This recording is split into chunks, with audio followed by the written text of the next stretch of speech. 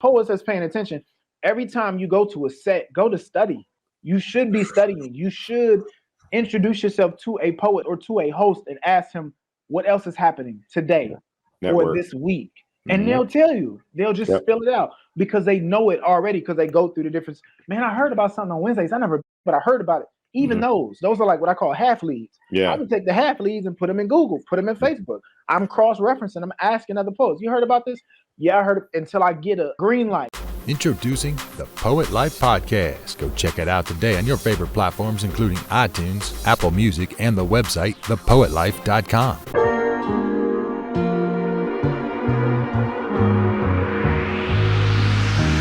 Find a way, find a way. Hey, it's Christoph Jenkins of the Poet Life Podcast and the Poet Life. And on today, man, we have a conversation on today. We have a guest named Brandon Alexander Williams. How are you, sir? What's up, man? I'm doing well, working on this new book. Wait, you're writing a new book? Yeah, working on a new book. And actually, I'm helping a lot of people like publish theirs. So really? Yeah. Okay, so do you have a publishing company or how's that work? Unofficially, I do. Modern Day Griot LLC is like a catch-all. It's always been like my personal company. But this year specifically, I'm focused on helping artists publish, as I call them, lyrical books, where pretty much are producing, their albums in book form, but they're adding commentary to that, and then they're adding a QR code on each page so that it scans and takes them to their streaming site or to a paywall for the purchaser to be able to like fully immerse themselves in the full artistry. Whoa. Okay. That's next level there. I like that. I like that. Oh, you took me far. All right. So real quick, because I know I want to jump right in. Where did poetry come in for you? Where did that start? Man, so I actually will be 36 on the 19th. But I started writing raps when I was 10. So that was 1996. I heard Elevators by Outkast. And I was like, what is this? You know what I'm saying? And I started writing poetry. Like I knew poetry was a spoken word was a thing. Like I knew poetry because of Shakespeare, whatever they teach in public schools, right? But then like once Liberation on the Aquemini album, and I heard Big Rube, I'm like, oh, that's spoken word. Like that's poetry, but that's like a cooler way of doing it with more like sauce to it. And so when I turned 17 is when I first saw Def Poetry Jam. I had just bought the Fabulous album, Real Talk. And I used to go by the name Real Talk, by the way. So that used to be my stage name. Gotcha. But I bought the album. I remember on the intro, Black Ice from Philly was on the intro. Yep. I remember when I saw Def Poetry, I'm like, that's the same dude. And when I listened to it, I said, man, he just rapping without a beat. Right. Like, I was like, I want to do this because, 16 bars can find me to that's how long I could write, And so from there, I decided, man, I want to be a spoken word artist. Also, in junior year of my high school is when my father went away to prison for like a white collar crime for a few years. And so it was a huge outlet for me to use my creativity. But throughout high school, the funny thing is I would write raps, but I would like only show them to like my close friends. But I was like the DJ of the cypher because I could beatbox and I could kick beats on the desk. But I would sneak my little boom box. You got to put like 20 D batteries in there. I would sneak my small boom box into the foyer area of our school where we would kind of hang out before the bell rung for first period. And I would like burn a CD with specific instrumentals. I knew that was hot from like Freestyle Friday. And I would like everybody hunch around, like, block the radio. So, because, back then you couldn't take electronics to school. And so I would play the instrumentals and I would like study the MCs. So I wouldn't spit, had notebooks full of rhymes, fire rhymes too. Like I ain't know before I was high back then. Right. So I would cipher and I would watch the other cats and I would study and be like, okay, he's fire. He's not fire, but he got a lot of charisma. He's just not going to stop rapping. And I learned and watched and studied and studied and studied. And so it was like I honed my craft and studied it for a long time before I actually like jumped into it. And also like during the summer, one of my sister's best friends, William, we call him Ouija, he introduced me to Smack DVD and battle rap in that sense, a more raw form of it. And so for summers, we would just go and hoop and watch battle rap and then write verses and like freestyle using the radio. Because, in the old radios on the right speaker, it would say mic. Right. Which basically meant like if you put two radios together, you could spit into the speaker and that would be a microphone. I remember it was spit all over the speaker. But those are my origins of my, my tutelage of MCing. and of spoken word. But yeah, I didn't take it serious as a craft till I was 17. As far as writing, I didn't take it serious as a business until maybe I was like 21, 22, getting ready to graduate at Southern Illinois University in Carbondale. Okay. And that's because by then I was born in Maywood. So like, where are you from? I'm in the DMV. I'm in Maryland. You're in DMV, right? So check this out. So Maywood to Chicago is like Manassas to DC. Okay. Maybe not so far, you know what I'm saying? Okay. But it's a suburb. It's like half an hour, you know, from downtown, 20 minutes from downtown, something like that. But, you know, famous folk from Maywood is like the late, great Chairman Fred Hampton of the Black Panther Party, right? From Maywood. So I was born in Maywood, but I grew up in Peoria. Peoria is like another city 2.5 hours south of Chicago. And when my father went to prison, my mother moved back to Chicago. So during the breaks of college, I would drive back or catch the train back to Chicago. Gotcha. And that's where I got immersed into the spoken word scene there. And there I saw giants. Like, we're not just talking about like, you know, the J. Ivies, the Triple Blacks, and the Red Storms, and Malik Yusefs. We talking about like K Love. We talking Emerald Green, Harold Green, like a lot of just super dope MCs and poets that would travel through the scene. And so I always tell cats, like, I would go to the open mic. If it's 20 people on the list, like 18 of them are like super fire. Not like they're good, like super fire. Wow. So that was like my pedigree when I stepped into spoken word. Gosh. My example said, you have to be super fire. And so when I went on the road and I traveled to DC, because one of my friends told me, man, you got to go to DC because they got a spot called Bus Boys and Poets, and they got R.I.P. Lauren the Pickman. They got Wednesday Verses. They got, you know what I'm saying, Spit That, da-da-da. And when cats would give me leads like that, I would write them down. And I would research and cross-reference and then follow up on that. And so when I would go travel, my mentality, we had a saying in Chicago, it's like, you know, 2 or 200. You spit your joint like it's the Grammys. You know what I'm saying? Like, it could be you and literally 3 other people in an open mic that was underpromoted. You show your ass.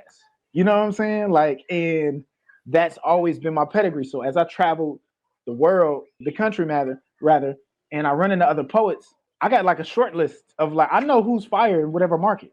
Right. You know what I'm saying? Like, or if not, I know they're OGs because, you know, they're like newer. But I always took that and sought out my tribe when I traveled. And so when I would run into another artist that was like in the open mic with 5 people and they going extra hard, I'm like, you're you know what I'm saying? Yeah. I would connect with them and build with them and then eventually, you know, book them for a show or, you know, follow up later on in life. And so I built this dope network, man, of poets and MCs. And it's always cool to run into a hybrid, a poet MC hybrid that's like, I like rap for real. And like, I make like dope music, but also I know how to rock the scene. I know how to host, so on and so forth, man. So spoken word paid the bills for the longest, man. But when making rap songs, that's what I aspired to do. And at some point, I was just like, do I not get paid for performing rap? Or do I get paid hundreds of dollars, you know what I'm saying, for performing spoken word? See, that is like an oxymoron for a lot of people because it's like the other way around. Should I rap, you know, and get paid $100, or you know what I'm saying, or should I do poetry? What I really, you know, so you figured out how to flip it and I guess be a unicorn as it relates to, you know, there aren't a lot of spoken word artists that are treating it as a business. Well, where you are, they were, right? Because that's what you saw. Yeah. I saw cats performing and I saw like, hey, if you like what you hear, I got CDs. So I seen people pushing CDs, jewelry, you know, body butter, soap, stuff like that. And so it was like, there's space for a market to be made here. When I talk about like the, you know, the open mic list of 20 people and 18 of them fire, I would only see maybe a handful selling things where they might have been vendors already. But I took that part of it, you know, understanding entrepreneurship and was like, okay, that's a part. But I will say this, it took me a while before I actually started getting like my CDs made. Okay. And it was a blind spot for me. I used to be like counting in my head, like, okay, if they sell that CD for 10, I see 4 people in line. I'm like, it's like $40. All right, whatever. I ain't missing out on nothing. Right. So I would just go and perform, go places and perform. Sometimes I get paid, sometimes I didn't get paid. And I would see people selling merchandise. And then I thought to myself, like, well, let me do this. I can make some extra money. And so the first time I sold like 10 CDs for 10 each, I made $100 on top of whatever I was getting paid, in addition to, you know, pass the bucket or whatever, pass the hat. And I said, what happens if I go harder at this? You know what I'm saying? And so as I traveled, what I noticed is when I took a trip, there's just a specific time. I got to find the dates. I think it was about 2011, 2010. But there were specific dates where I came to DC. Okay. And so Chicago, there was a mega bus. I caught a mega bus to Cleveland. Yep. I caught a Greyhound from Cleveland to Pittsburgh and another Greyhound from Pittsburgh to DC. It was like an 18-hour trip. I had a duffel bag. My sister had just came back from Iraq, so she let me use her duffel. She had a digital camo duffel bag, and I packed it full of like 100 CDs, and I just had a couple changes of clothes. And one thing that assisted me greatly is that my fraternity was founded at Howard. So I was able to reach out to Sigmas and Zetas there and be like, hey, I'm coming through. Can I crash for a day or two? You know what I'm saying? And I knew some people who had moved there as well. So, you know, I didn't just go there completely blind. And also I didn't have enough money to like pay for a hotel and travel every day. But by the second day, people had like knew about me. And that threw me off too, because I'm like, nah, I ain't like making no waves like that. But they like, nah, we heard about you through such and such. They said you was coming. And then once I hit the first, I think Monday, I did a Bus Boys Shirlington. Got it. And once I did that, it was like word was traveling. Because Simply T from Spirits and Lyrics, she popped up. She was like, you featuring at my set on Tuesday or Thursday, I think, in Manassas. She was like, you featuring at my set. I had to come through here to see what you was about, because Bus Boys will promote you good. And so she was like, oh, no, you killing it. Yo, you got to go here. And then from there, anytime, like I say, I get off the stage and Poets is paying attention. Every time you go to a set, go to study. You should be studying. You should introduce yourself to a poet or to a host and ask him what else is happening today or this week. And they'll tell you. They'll just spill it out because they know it already, because they go through the difference. Man, I heard about something on Wednesdays. But I heard about it. Even those are like what I call half leads. I would take the half leads and put them in Google, put them in Facebook. I'm cross-referencing. I'm asking other poets. You heard about this? Yeah, I heard it, until I get a green light to where it's like, I've been there before. It's fire. You should go. I don't know why people are scared to drive out that far, you know, and I wasn't scared to go anywhere. So I would always ask the artist, what else is happening here? What else is happening this week? Because I'm here this week. So what happened is, I think the week that I came, I only had like 2 or 3 features booked. And, you know, back then they was only paying $50 to maybe $100. Right. So I already came with the mentality that I was in the red already. And so I'm like, I'm finna sell these CDs and I'm finna hustle up some other features. And that did happen. Once somebody saw me on Monday, man, what you doing Friday? How long you in town? It's always that conversation. It's time to create an unforgettable experience at your next event with The Poet Life by booking a keynote poet. Poets excite your audience with motivating messages, charismatic delivery, colorful rhythm, powerful prose, and heart-filled stories with a style of spoken word that's tailored specifically to your event. The Poet Life has keynote poets in your city of all ages and backgrounds. Visit thepoetlife.com to learn more and book your poet today. But if you half-ass it, if you don't do well, it's, oh, you're from where? Oh, I know some people out there. And that's the conversation. But when you show your on the mic, then it's like people get to thinking. They get the manufacturing stuff for you. Wait a second, you know what? I'm having some friends, though. I might as well just make it a whole event. And that happens. Like, so Poets is listening to this. Like, people will create an event centered around you as the headliner. And these are things that we don't allow to happen if we don't try. You don't even have to think. You can still think small, but if you try, other people will walk up to you, ask you, offer you different things. And all it takes is a small tweak or two to upsell. Like one tidbit I always tell artists, when somebody reaches out to book you, first of all, you have all the leverage because it's an inbound booking. It's very difficult to go, let me hit up some colleges to see if they want to book me. That's like me walking into your store and saying, hey, do you want to buy something? It don't work as well. So when somebody walk in your store, though, you're like, well, let me show you this and this. And, you know, let me show you the sales we got going on today. And so I always say now, when somebody books me, I'll always ask them, are you doing this next year? Because some people do one-offs. They might have threw the event because they're like, I think this was cool. I just wanted to try something once. When you put the bug in their head, in their ear, like, hey, are you doing this next year? Then they start thinking, I didn't think about doing this. Maybe I should. Next year. Maybe I should do this next year. All right, well, lock me in for next year. And they think, well, you know what?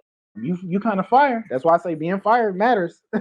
You kind of fire. You know what? Next year he might cost double what he costs now, or triple what he costs now. So I need to go ahead. Yeah, let's lock that in. Now you done booked 2 gigs. You know what I'm saying? You done upsold. So if hypothetically, if you charging somebody 300, then you say, all right, instead of paying 300 a piece, just pay me 5 and give me for this in 6 months from now. Now you done built out a show in that city, and then you map shows around it. You know what I'm saying? If it's a Wednesday, then you say, okay, let me figure out what's happening on Tuesday. You get on your Googles. Okay, I'm going to DC on Tuesday. What else is Tuesday? Okay, Tuesday is Bus Boys and Poets at 14th and V, and it's at da-da-da-da. Okay, cool. What else is on Tuesday? All right, let me see. Let me make some calls. And next thing you know, you done built out a week worth of things to do. And now you done got yourself a mini tour. You know?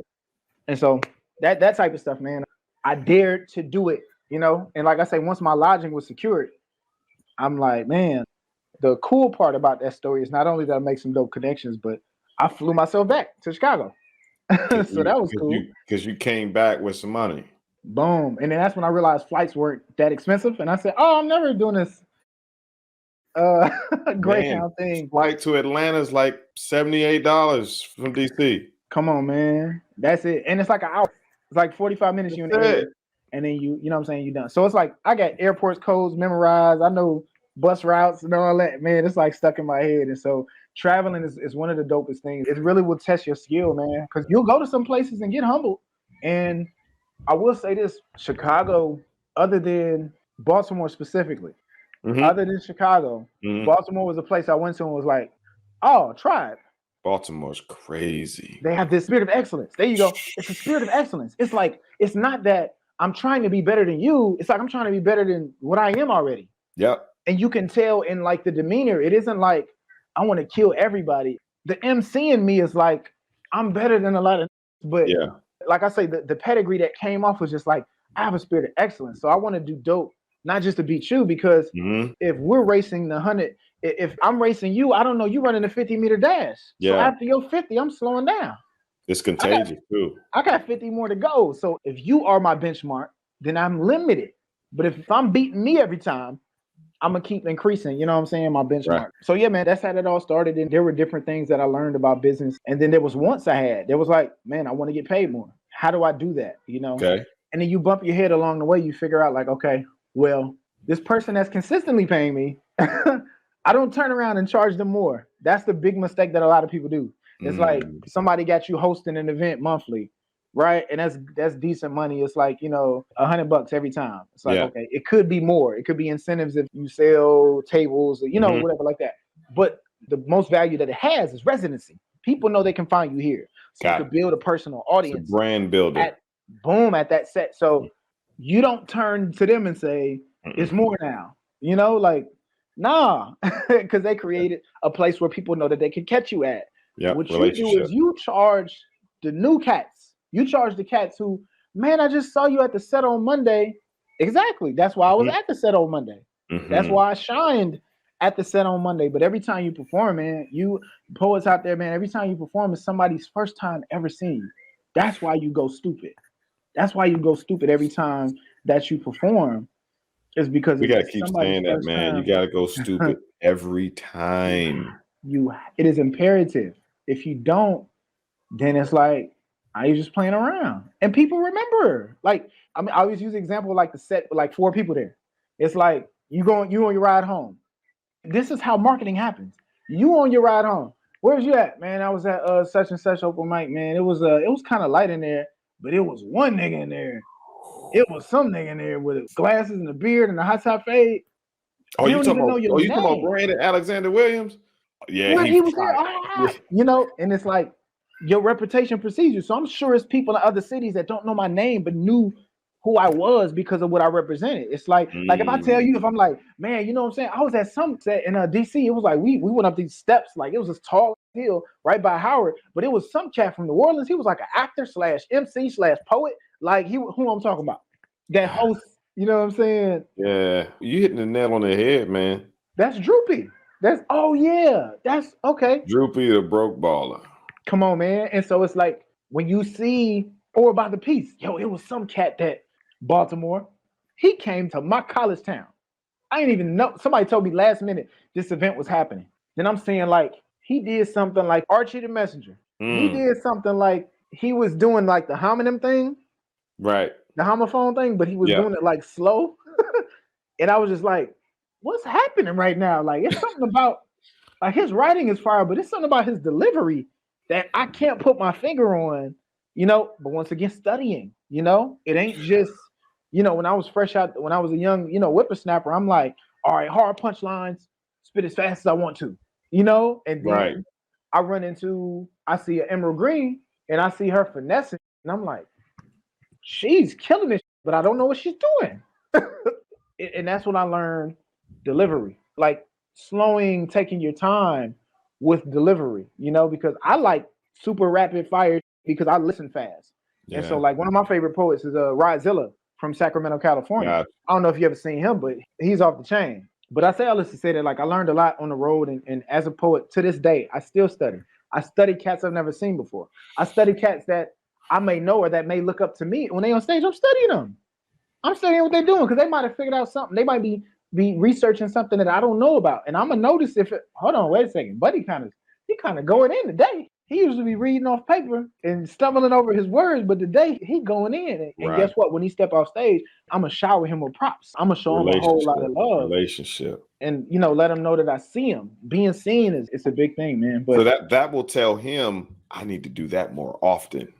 And I need to keep on that part. Yeah, I'm hearing study, rehearse, network, create relationships. Yeah. And as long as you consistently do it, like things will happen for you. But I guess to curve the conversation a little bit, where it comes, the point of entry for a sale or the point of entry for making money is knowing when to say yes, knowing when you're being offered something, you know? And so what I always tell artists is one is like every 9 months, give yourself a raise. So if started a base rate of $100, right? I got a lot of love for busboys and poets because even though that's such a low figure, it's a starting point. Right. It's a basement to say, I'm not taking less than $100 for my art. And that's a good starting point for artists because we've done stuff for free. We've done stuff for $50, sometimes less than that for only pass the hat. And it's like, that's a good place to begin at. And so, for sure. You know, if you're 100 this year, by the time September comes, you're 200 now. Yeah. Or you're 250. You decide. But once someone reaches out to you, once again, the inbound booking part is always going to be huge. You know what I'm saying? It's always going to be huge because that's where you have the leverage. So when someone reaches out to you, hey, I saw you at such and such. Yeah. Next month, 6 months from now, we're doing this event called That Is a Sale. That's inbound booking. And so I always encourage any of my clients to like get on black and white, get on email, don't text. Yeah. Do respond to DMs, but don't do business in DMs. Don't do business via text or over the phone because everybody is human. So I don't remember saying that. But if you typed it, this is what you typed. Per our conversation. Yeah. Right. This is documented. You wrote this. Because even if I made a mistake via text, I got to honor that. You know what I'm saying? But if it's, I didn't say that. Because I'm going to think I got the best memory. You're going to think you got the best memory. We're not going to get nowhere. Yeah. And so always get it to black and white. At some point, hey, send me an email the details. We'll go from there. How did you translate your performances into now you teaching classes and workshops and things of that nature? So like, I've always been fascinated by technical parts of performance. So like to this day, my performance diet, if you will, or my study diet consists of watching stand-up comedy, watching battle rap, and speeches or lectures or like interviews.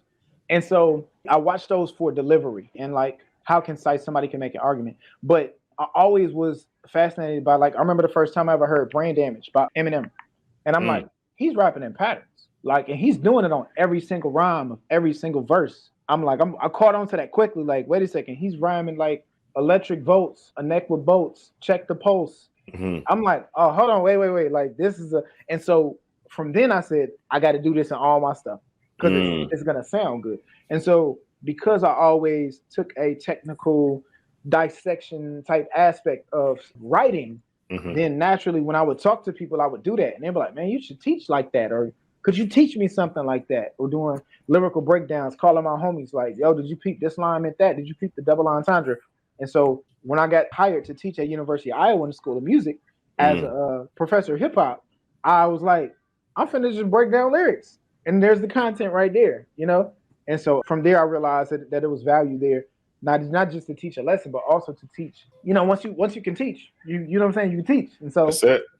Once I realized, okay, how do I teach a lesson using this rap lyric? Then I can teach folks how to like get their business in order, you know, and make it plain for them and show them, hey, look out for this. This is the entry point. And when at the point at which it becomes a sale, you know what I'm saying? Once they step over this line, now they're in sale territory. Now you're in closing territory, right? This is closing the sale, so on and so forth. So that's my long answer to the short question. Poet Life University welcomes you to the world of creation, thoughts, expertise, and professionalism by offering technical knowledge, practical support, creative encouragement, and whatever it takes for you to create the poetry career that you've always desired, but never knew was possible.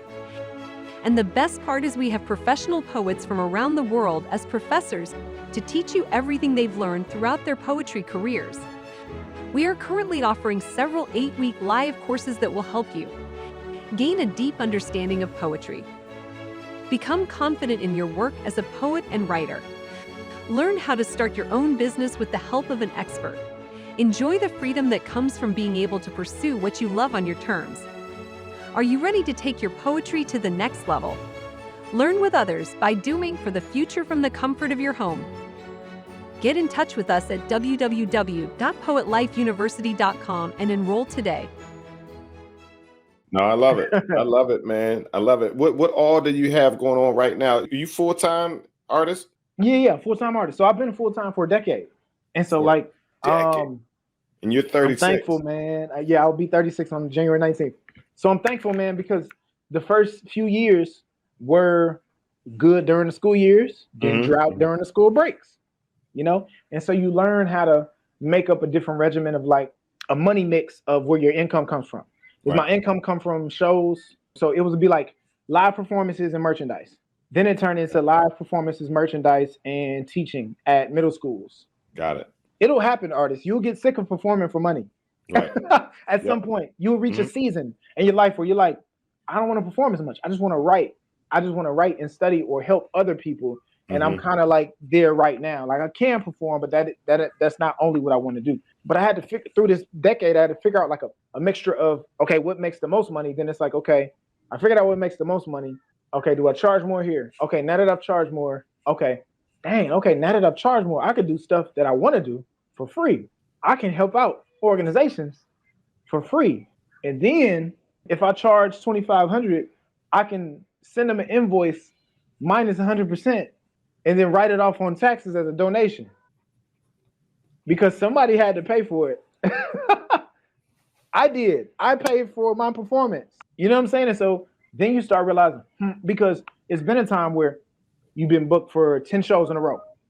And then by the time the 11th show comes, somebody's like, hey, could you come to this after school programming? Could you do this at my church real quick? Could you come to my? And then you like, because you taking shorts, you like, y'all ain't got no money. You know what I'm saying? And you feel nasty because it's like, I don't want to charge the church. It's value there. But when you charge, that's one of the reasons for charging more, poets. So if you're paying attention, you charge more so that you can turn down the gigs you don't want. And you can do the gigs you do want on the house and get it back on the back end during tax season. If I charge $500 and I did it for free, I invoiced the people. This is a $500 donation in the form of a performance. Oh. Yeah, it's a gift. Now I do it by the book. I don't scam with it. Like, oh, I gave away 50,000 worth of poetry. No, you send that invoice. Yeah, but you send an invoice with 100%, even when you give a discount, right? And I believe in discounts all day. Because especially with nonprofits and nonprofits mean that they're not supposed to make profit. So when fourth quarter comes, they be trying to get rid of that money. Otherwise, they're gonna get a shorter budget. So I had to figure out what worked and what didn't work, and I failed and I bumped my head a few times. But what was a game changer into the money mix of live performance, merchandise, teaching. The fourth thing that came into play that changed everything was I said, I got some leftover money. that I made from performing, let me invest it. And so I threw a show. I threw an open mic before. Then I said, still a limit, because open mic is a mixed bag, right? I can't demand any more than 10 or 15 bucks, because if I'm a consumer, it's an open mic. It could be all whack. Right. You know what I'm saying? Right. So I started throwing set shows and hiring people and booking DJs and booking talent and flying them out. Yeah. And saying, like, let me go big. Let me try it to see what happens. And so once I seen that, once I made the door, and I said, after I paid everybody what they wanted, by the way, right? Not shortchange. Once hey, how much do you want for 20 minutes, 15 minutes? Okay, cool. Okay, I'm gonna give you this. I'm gonna fly you out. Here's your hotel. I'm not finna pay you and have you eat out of what you just made for your hotel and your travel. Nah, that ain't good business. So how much do you charge for the tickets? Oh, so what I would do is the tickets, general admission, 25. Okay. No less than 20. Yeah. But you do a tier system. You do VIP, super VIP. And I learned that from, big shout out to Keith Rogers, Black on Black Ron, Tallahassee. He did an event. I met him in Atlanta. Georgia Me was doing Tamika Fest. Yo, you ever met Keith Rogers? He chilling with some cowboy boots and a hat. Looking just chilling, not saying nothing. Everybody coming up to him, dapping. I'm scoping the scene, I'm studying, right? He just chilling. I'm like, yo, everybody keep coming up to him, dapping him like he, you see the energy like he the man. Yeah. So like he gets on stage and he does these things. I call them homonyms, but he was doing like the, like asinine but her face a 10. Like that. He was doing a bunch of those. And I'm like, oh, that's clever. Like I fuck with clever. So like I say, hey man, yo, you where you at in Tallahassee? He instantly, yeah, man, we got some shows in Tallahassee. We also got some stuff in Duval and da. Just like he running off what's happening during the week. And then homecoming is the week after that. He said, man, come down, I'll show you around. So me and my boy, I was living in Atlanta at the time, we drove down to Tallahassee. And sure enough, he starts showing us around. And from there, I'm watching, I'm studying. He's taking us barbershop to beauty salon to barbershop. And we showing up and spitting. I'm from that. So I'm like, oh yeah, what's up? Like, yo, man, I got some poets in town. They're going to do a couple pieces for y'all. And we moving CDs. We moving like a couple $100 a day by just showing up to spots. And he's promoting a show coming up later for FAMU's Homecoming. So at FAMU's Homecoming, it's a venue called The Moon. Real dope venue. And he does this thing called Tallahassee Nights Live. Of course, he got like, dancers from the university, so on and so on. Just a big production. Poetry was involved, but it wasn't only poetry. And so I like the idea of like this city night live. And then the tickets was like expensive, but he's selling them 20, 40. You want the big VIP or the super VIP? And he talking to I want the VIP. Let's get the super VIP because da. And I'm watching people buy these $40 and $60 tickets. And I'm like, okay, I'm going to try that later on. So years later, when I invested my own money in a show, I did a tier ticket system where it was 20, 40, 80. I said, I'm just going to see what happens, right? So I did a show. I rented a venue in Chicago called the Promontory. And I called it Chicago Night Live. And I did general admission 20, VIP 40, platinum VIP 80. Now, how I did it was, if you get VIP, you get a free drink and a VIP seat. So you get the front row seating, one of the front row seats, and you get a free drink. People gonna drink anyway. All right, cool. Just built it into the ticket. So it's like, hey, if you're gonna pay 20 for admission, you're gonna pay $10 for a drink. Here's another 10 for a better seat. And people are like, yeah, I'll take that bet. Cool. So when I started selling these tickets, bro, the VIPs sold out before the general admission.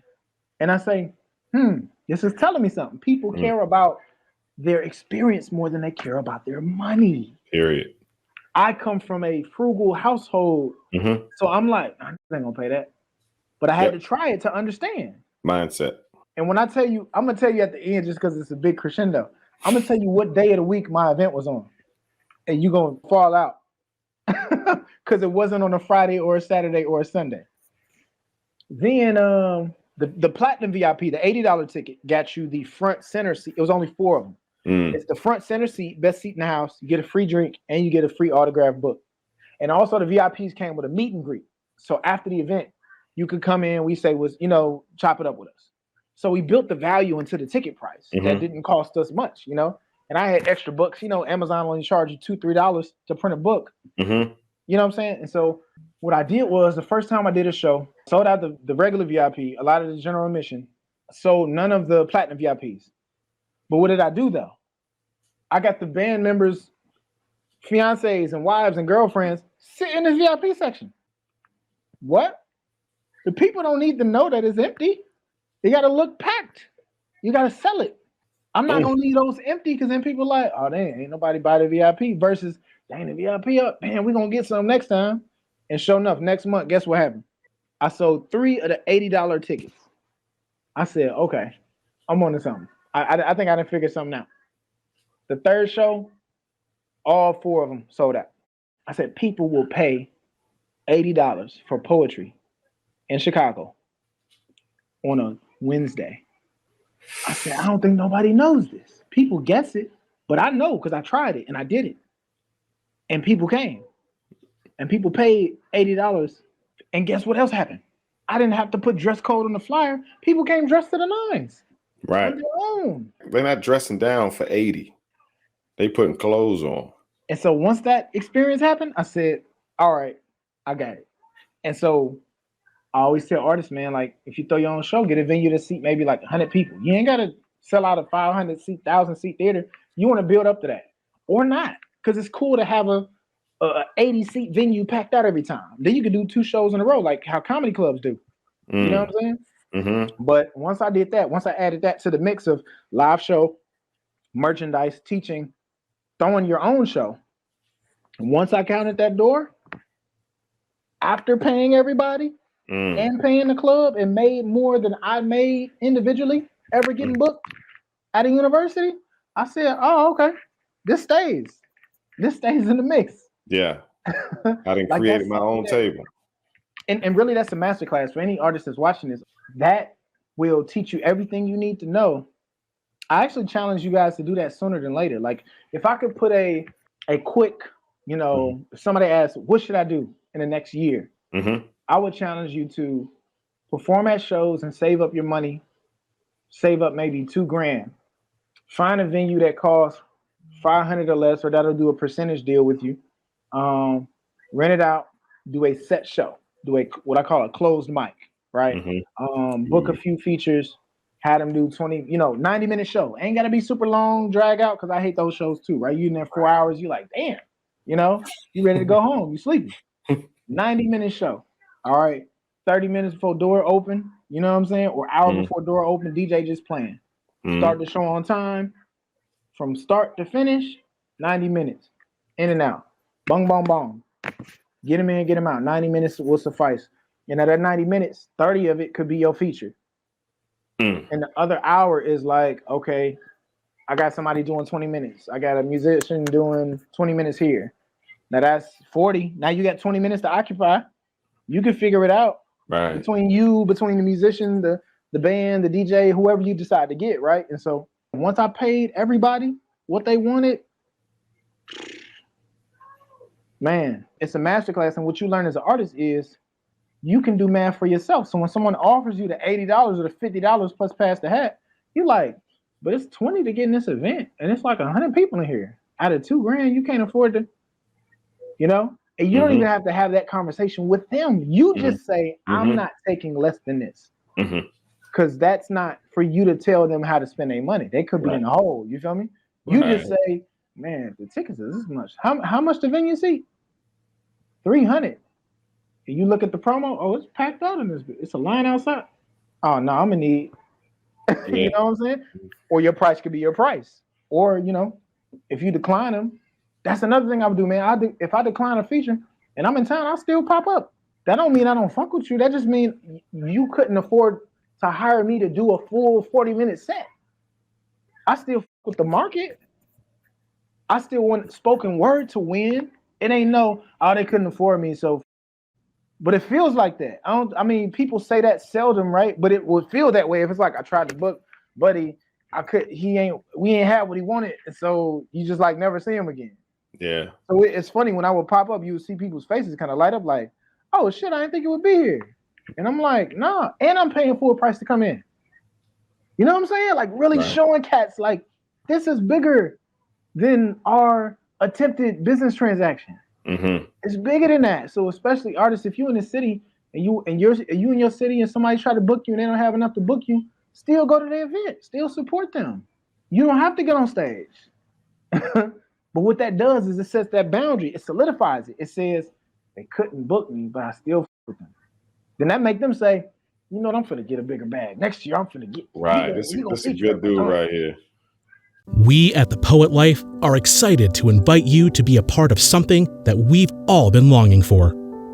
For far too long, each and every one of us have been searching for a way to get connected with like-minded people, specifically poets who have the desire to make poetry their career. We've all heard more than once from more than one person that there is no money in poetry. This couldn't be further from the truth. Your poetry is invaluable. Allow us to show you how successful you can be with your poetry. Learn how you can go from being an individual poet to launching a business that offers poetry as a service. Join us as we build the poetry industry together. The Poetry Business Network that is made of poets from all over the world who are looking to start their career in the poetry industry or simply do more with their poetry. We will meet twice a week on a Zoom call every Tuesday and Thursday at 9 p.m. Eastern Standard Time. You will have the opportunity to meet and network with poets from all walks of life. You will also have the privilege of meeting and learning from the best professional poets in the world. Many of them have been guests on the Poet Life podcast.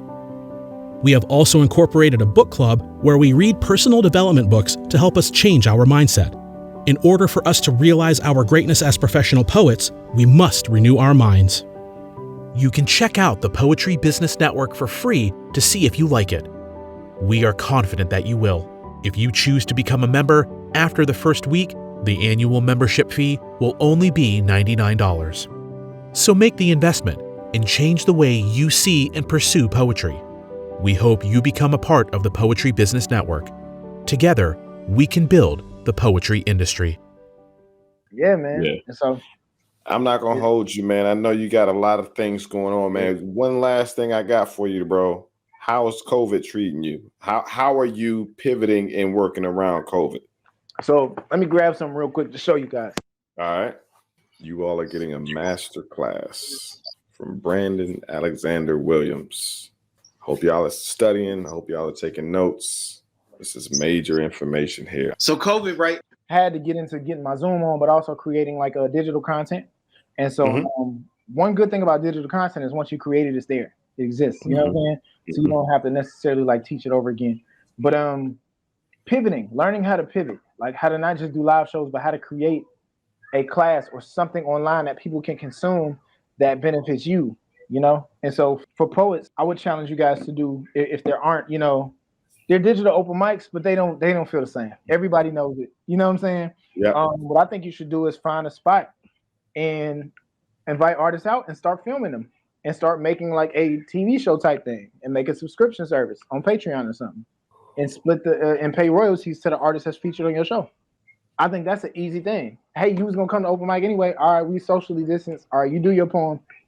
We're gonna film it. You sign this waiver. We're gonna give you however much out for the subscriptions. As the subscriptions grow, so do your royalties. That's something, you know what I'm saying, that I plan on doing, right? But that's a quick business model somebody could do if it's like, okay, I was making my money off my live shows. How do I do it now? You still got an audience and they still want to support you. Yeah. That's the thing about your audience. This is what I was talking about earlier. It's actually the first proof copy of it. That's why it's all tattered. But this book is called The Black Love Mixtape. Me and 72 brothers from across the country put together poems, songs, and raps dedicated to uplifting the Black woman. On every page, the pages are black with white ink. And on every page is a QR code. So when you scan the code, right, let me show you another poem.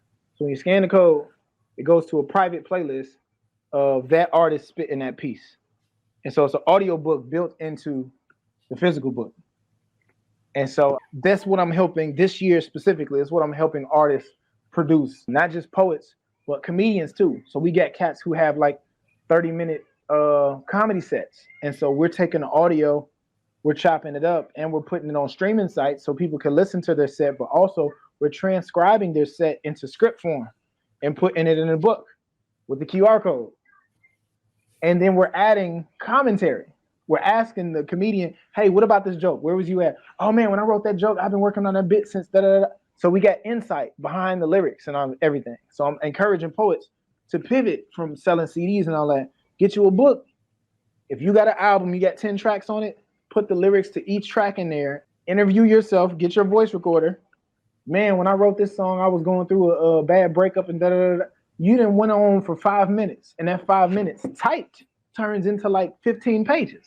And that's content. Now you got a 100-page book from 10 tracks. And that's something people can consume and that people can teach from later, or that you can teach from later. And the dopest thing is that you're telling your story. Nobody else gets to interpret your lyrics for you. You get to break down references. You get to break down why you chose what type of beat that you chose. The book I'm doing right now, this is an exclusive right now. The professor, his name is Dr. Damani Phillips, saxophonist, jazz saxophonist, decorated musician. I'm producing a book of his scores. And then we're doing commentary on his music scores and compositions on like some of his live performances. And then we got QR codes on each page. So when you scan it, it goes to his live performances of him, doing jazz. I don't know where you get your brain from, bro. It comes from God, man. But books, I say books, man. Books is how I pivoted a lot, because this medium right here, if I could go back in time, I probably would have did like only books and not mixtapes. Like this key right here, because keys open doors. You know what I'm saying? Shout out to the clip. Like this key right here, though, this the type of key that like just the book period. This the type of key that's like, let's say, Christoph, you taught to some kids last summer, but you got a book. So the facilitator who booked you was like, hey, those students you taught last summer, yeah, they're graduating. I want to get them a gift. Let me get 50 of your books. Right. No problem. Send me the check and I'll autograph them all. That happens. If I got CDs, because you got to think of like the social status of like a CD versus a book. It's like books they're like grandfathered in. They're respected as like this gift, whether people read them or not. They look good on the coffee table. Yeah. And so people are like, oh, let me get a book. Let me study from. But also when you put it in this format, people can break things down however they want to. But since you author it, you decide how far they can or can't go. So you got the full control over all that when you put it together. So any artist that's out there, man, I challenge you, publish a book this year. Publish a book. Reach out to me. I'm offering those services too. I haven't figured out my price point yet, but it's very, very easy. I don't want to say DIY it. I'm providing a service where I'm walking you from start to finish. You send me your lyrics. I'm gonna format it for you, print the book for you, embed the audio, attach the audio, make it interactive for you, all of that for a nominal fee. And that's what I'm offering. Catch me on my Instagram. My link tree is from there. You'll be able to, book that from there. But this year, man, 2022 is all about publishing. So modern day griot publishing, man, we're going to not only do books, man, but we're going to be doing a lot of stuff around advertising and jumping into that market. But I'm going to continue to teach and drop videos about how to get to it, man, about sales and all of that. And I've been showing receipts. I know you're seeing them, man. I've been showing receipts. Like I've seen them. I told somebody what I made off of credit card sales one April where I stacked the deck. I built up a bunch of I think I was in DC around that time because Nationals was in DC. And so I'm like, I'm gonna make sure I'm in DC around this week. Right. And for the whole month of April, I just stacked the deck with a bunch of different cities to pop up at, even if they was paying me or not. I went. So I had a tour schedule. And so what happened is people started catching wind. I'm like, hey, I see you're gonna be in this city. What you doing the next day? I'm like, what's up? What you got? And so if out of 30 days, I originally was only booked for 12 of them, that 12 grew to like 24 because as I'm rolling through, I got an empty day. Proximity. And they're like, man, you know what? Our feature can't make it. I'm here. What's up? And you get me at a discounted rate. You know what I'm saying? Because the mission was different at that point. But what usually happens, like I say, when you go to those cities and you put it down, man, what'll happen is when you leave it, man, I'm finna leave tomorrow. When you coming back? When you book me. And that's when, the first year you giving out samples. The next year is when they fly you out. They put you up. You know what I'm saying?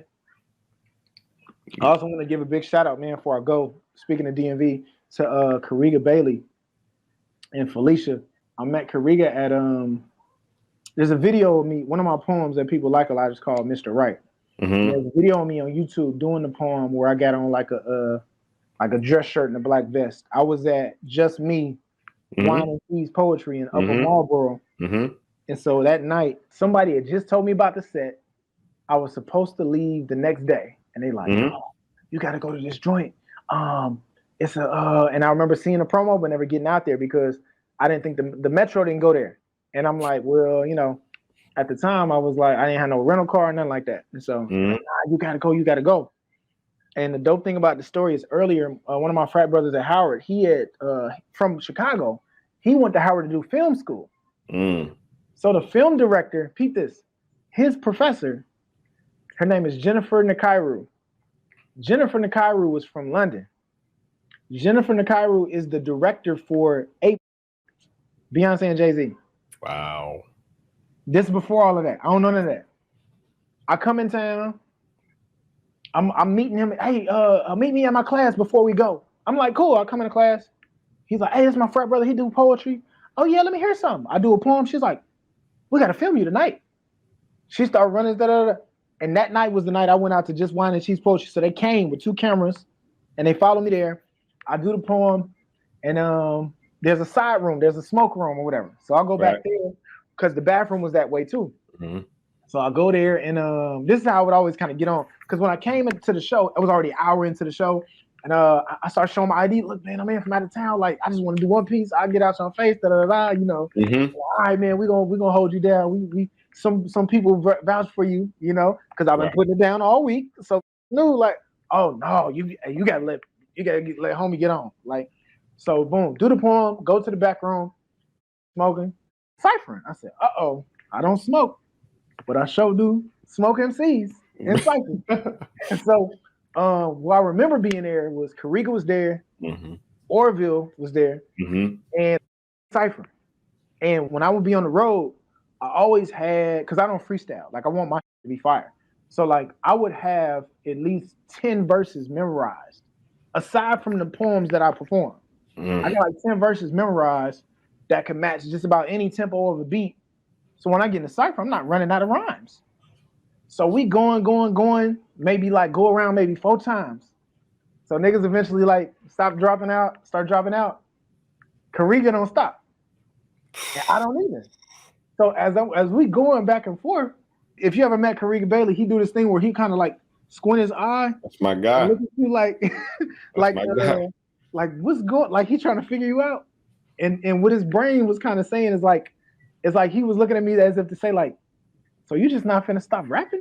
Like, you know what I'm saying? So, and I was saying the same to him as he was going. But you know, you've been in ciphers where like somebody don't stop, but they don't be potent. But his kept being potent. And my shit kept being potent. So we looking at each other like, damn nigga, so you just gonna keep on rapping and it's fire? Like, what's going on? So by the time I think me and him went back and forth maybe 4 more times. Then they like, all right, they blunt was going or whatever. And then I think like the event was ending. And so we like, man, let's go on back out here. And he like, yo, what's your name, fam? Where you from again? I'm like, yo, man, I'm real talk. I'm from Chicago, Chicago area, Yo, he say, anytime you come here, you staying at my crib. Like you with me. I'm like, all right, bet. Sure enough, next time I came to DC, hit him up. Riga, what's up, man? Yo, where you at? I'm like, I'm at Reagan. I'll be there. He come scoop me up. We drive to his crib in Bowie. Yep. He introduced me to his wife. He like, this your room. And like, I get emotional when I think about that because he's such a dope brother. And I was down on my luck at that time, but he's like, I just never met that type of abundant love from a black man. Authentic. You know what I'm saying? Just like, you just met me. And he's like, this your room. Like, when you come here, you stay here in his guest room. And we got an extra car. Like, Felicia don't use his red car. Like, you can use that if you need to get around the DMV. And he kept his word. And like, from there, that's my brother, man. And I got to go and meet his brothers, and he got me booked at Hampton because he's from Hampton, you know what I'm saying? And come to find out, he's born 7 days after me. Wow. Same year, 7 days later. I said, nah, man, I was close. Kariga's the man. He might be the realest artist I know, bro. As an artist and as a person. Like, we was riding together for years in this poetry situation, man. And yeah, I know what you mean. I know what you mean, bro. That's a real dope cat, man. And so anybody he introduced me to, I'm like, I'm already knowing they solid. Because he is, you know? Yeah. And so we learn and teach from each other, man. And we got a couple of records together. And a lot of, you know, people that I knew through him, we still tight to this day, man. And yeah, man. That's fire. Dope cat, man. So any artists out there, man, I say travel. If you're in the DMV, don't take it for granted. Don't take it for granted at all. If you're an artist listening, throw your own show. At the very least, throw it quarterly, every season. You know, that way you got 3 months, you got 90 days to promote it. So winter, spring, summer, fall. We got the winter show, the spring show, the summer show, the fall show. Just throw 4 shows a year. You know what I'm saying? Then work your way up if you want to do a bi-monthly. You know, then do a monthly if you want to. But what's going to be big and imperative is promo. And when you do monthly, that 30 days is going to sneak up on you. You know what I'm saying? So do quarterly. Trust me, do quarterly. Let people miss it, but let it be a set show. Make it a closed mic, scout talent, ask them how much they want, pay them. Yeah. And like I say, what you make off the door minus expenses is going to be more than anybody's offering you right now. Yeah, I do it. I do showcases. You know what I'm saying? I don't do open mics. One, I just don't know what folks are going to say. And I like to kind of somewhat like theme my events and stuff like that. So look, Brandon, man, I appreciate I love what you're doing, man. Keep. You, man. I mean, I'm gonna be back on here for sure. For sure. And we're gonna talk. We're gonna talk business, man, about being affiliated, you know, with the brand. Sure. But I like what you're pushing. I love what you're pushing and what you're doing, and I wish you prosperity in this whole journey. Appreciate you, man. Listen, it's Christoph Jenkins and Brandon Alexander Williams. It's the Poet Life Podcast. Check us out at thepoetlife.com. Where can they find you, bro? Oh, man, Instagram, Brandon Alexander Williams. Also, the name of this book is The Black Love Mixtape. We spell Black B-L-K. But, yep, The Black Love Mixtape. So that's on Amazon. It's also on my website, so you can get it either. But, man, make sure you check that out. Good stuff, man. Y'all have a good evening. It's the Poet Life Podcast.